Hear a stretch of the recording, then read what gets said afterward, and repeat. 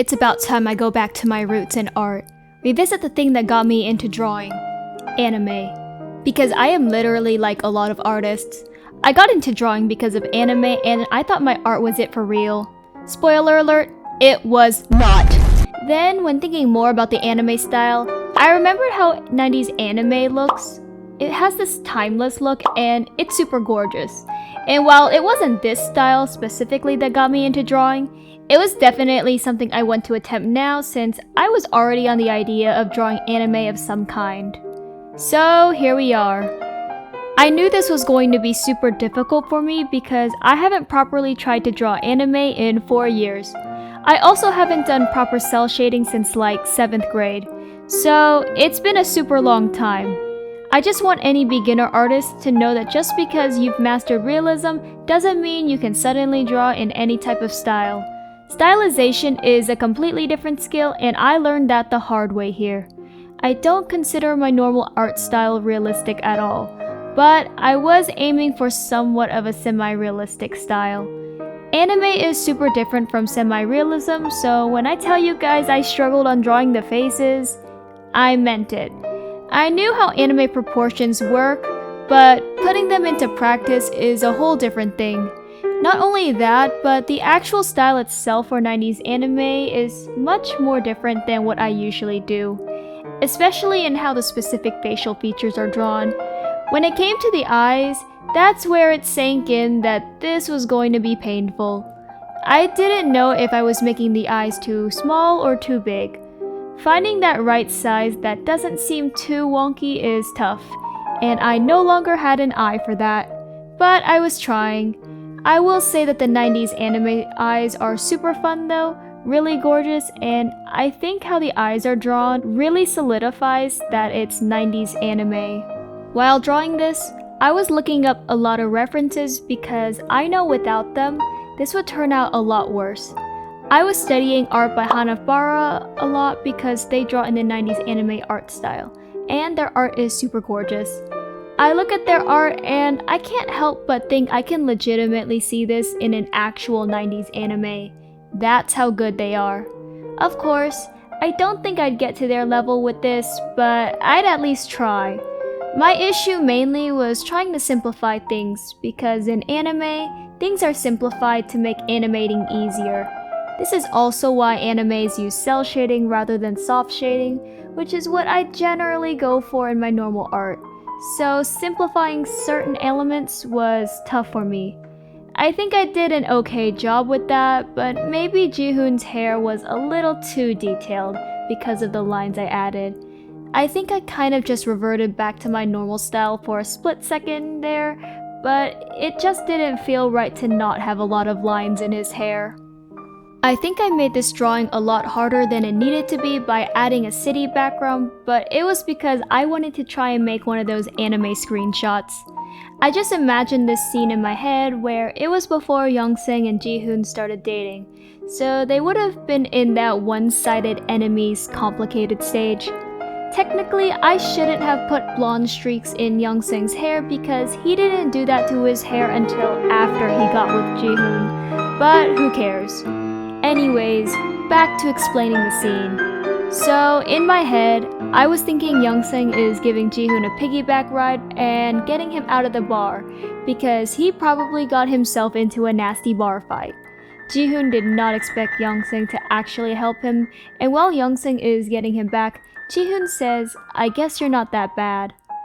I feel like drawing Jihoon and Youngsang for this because they're my favorite muses. They're everywhere on my profile, so if casual viewers need to remember anything from me, just remember these two. That's about it. So you see that I'm on the line art stage for this?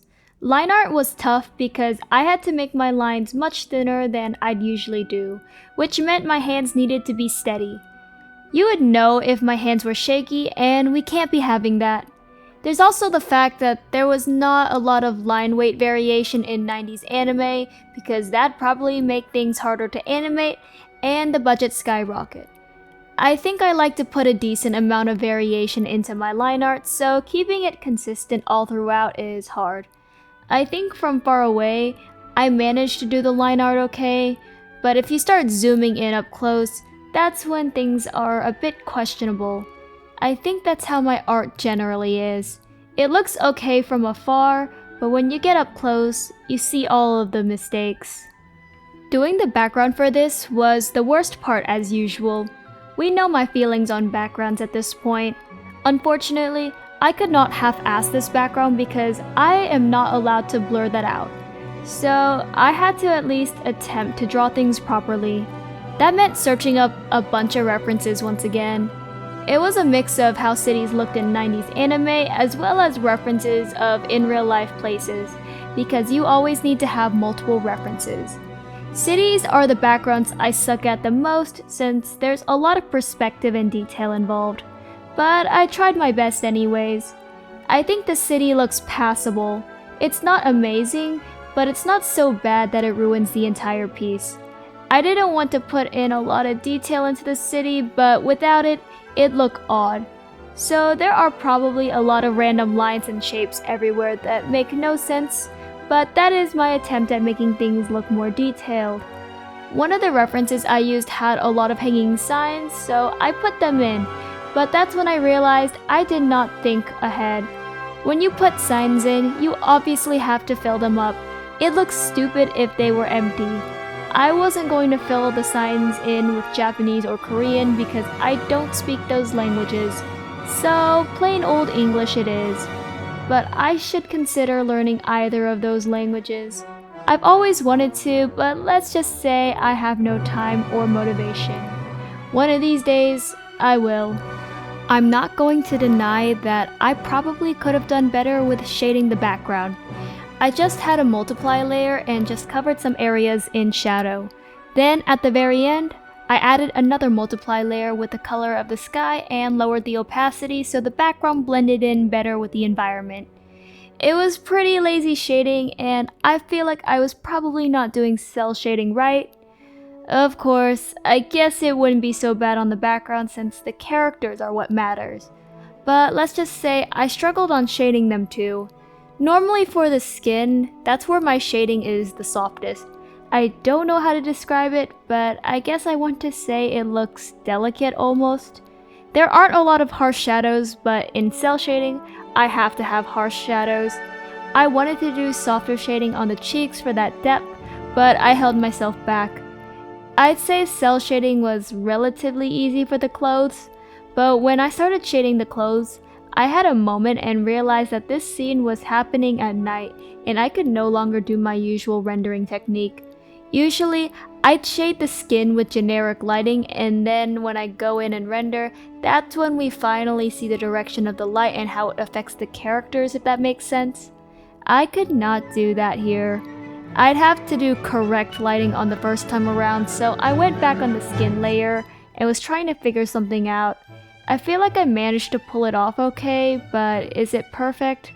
Well, no, not exactly. But it looks passable.